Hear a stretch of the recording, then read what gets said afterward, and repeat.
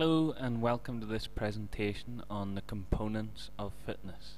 This presentation is geared up for students studying PE GCSE. What we're going to look at is the different components of fitness, and so at the end of this presentation you should be able to name those components and be able to define them, and hopefully there'll be a chance for you to show what components are used in different activities. First thing we'll do is have a look at the 7 components. So there they are in the little picture.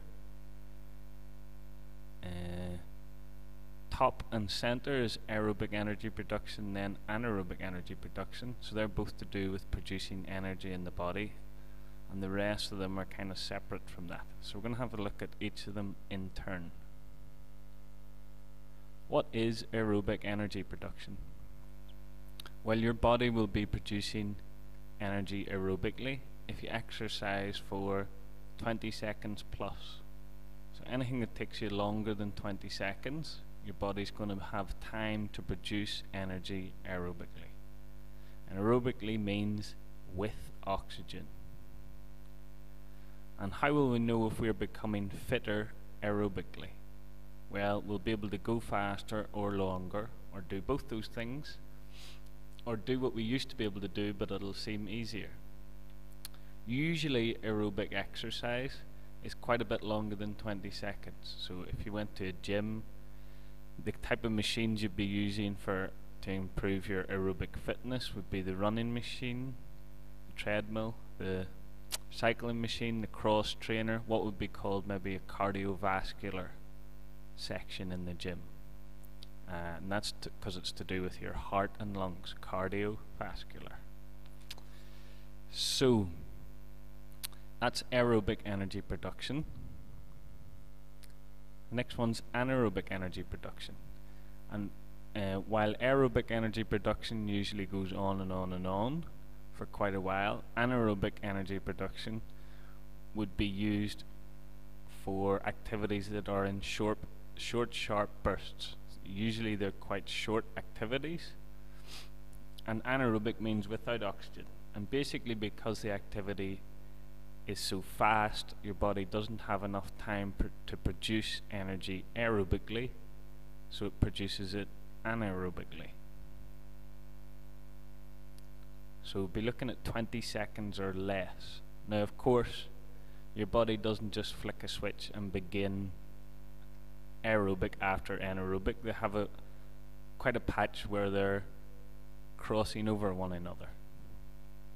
So if we were becoming fitter anaerobically, we'd be able to work at a higher intensity, so we'd be able to work harder or longer at the same intensity.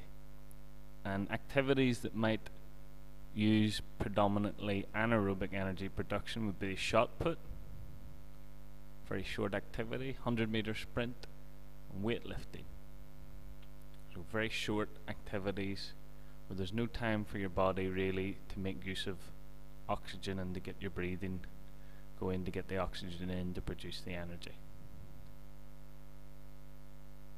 So how does the energy production relate to muscular fitness?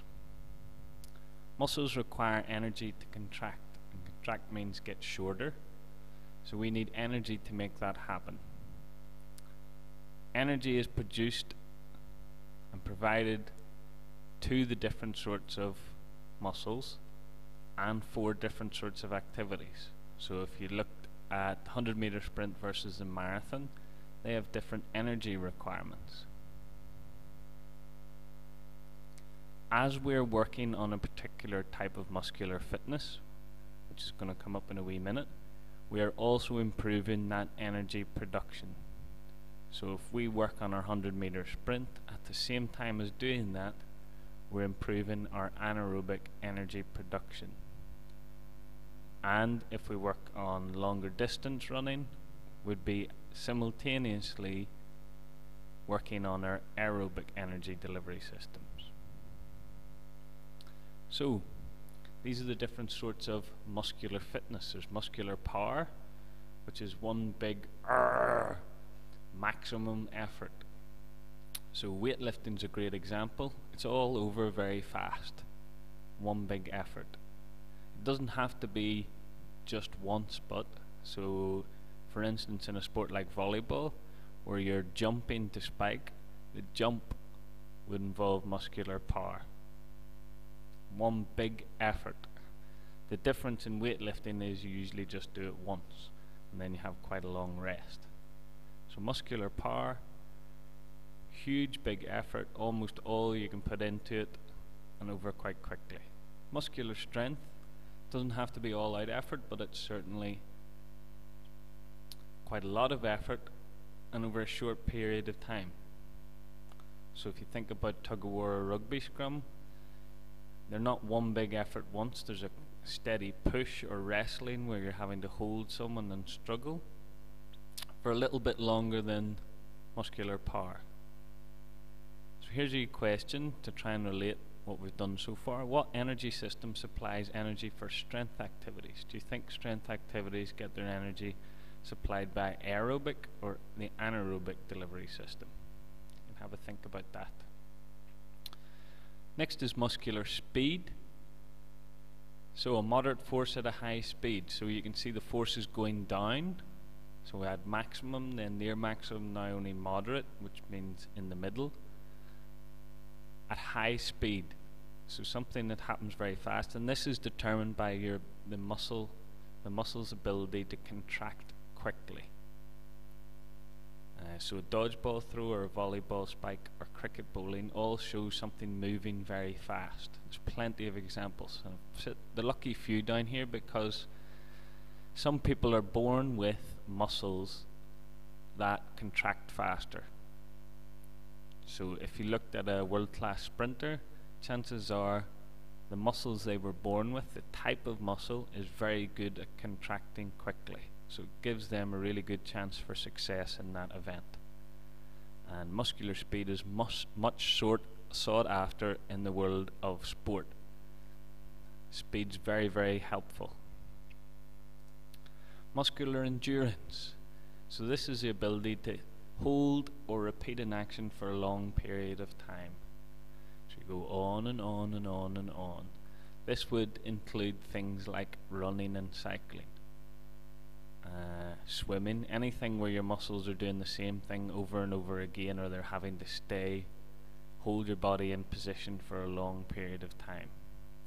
Generally it's lower intensity, so that means it's a smaller force, but because you're having to do it again and again and again, it puts different stress on the muscles. So what energy system do you think mostly delivers for activities that involve muscular endurance?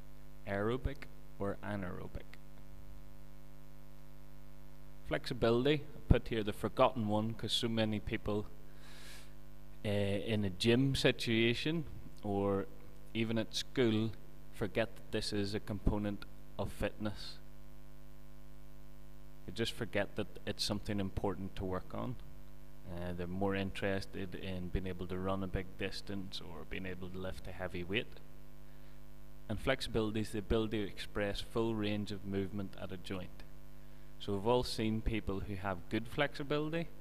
They can move their legs into the splits, or they can move their arm right the way around in a great circle, and people that have not such great flexibility.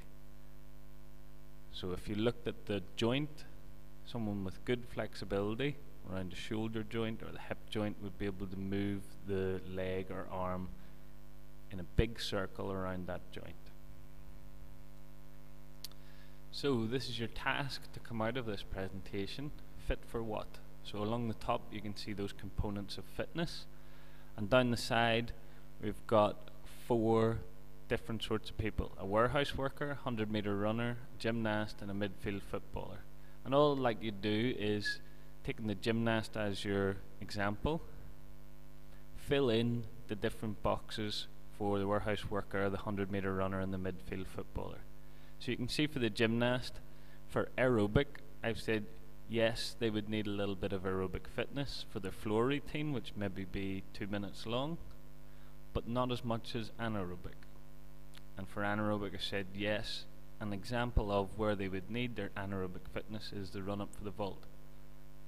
So it's vaults maybe over in 5 seconds, and there's not enough time for their body to use energy produced aerobically, so the anaerobic system is being used. And you can see for power, strength, speed, endurance and flexibility, I've put in, does this person need this, tried to indicate how much or what for. So what exactly, just one example of something they would need this component of fitness for. So you got to try that for the 100-meter run and the midfield football and the warehouse worker. Good luck with that. That's the end of this presentation on components of fitness.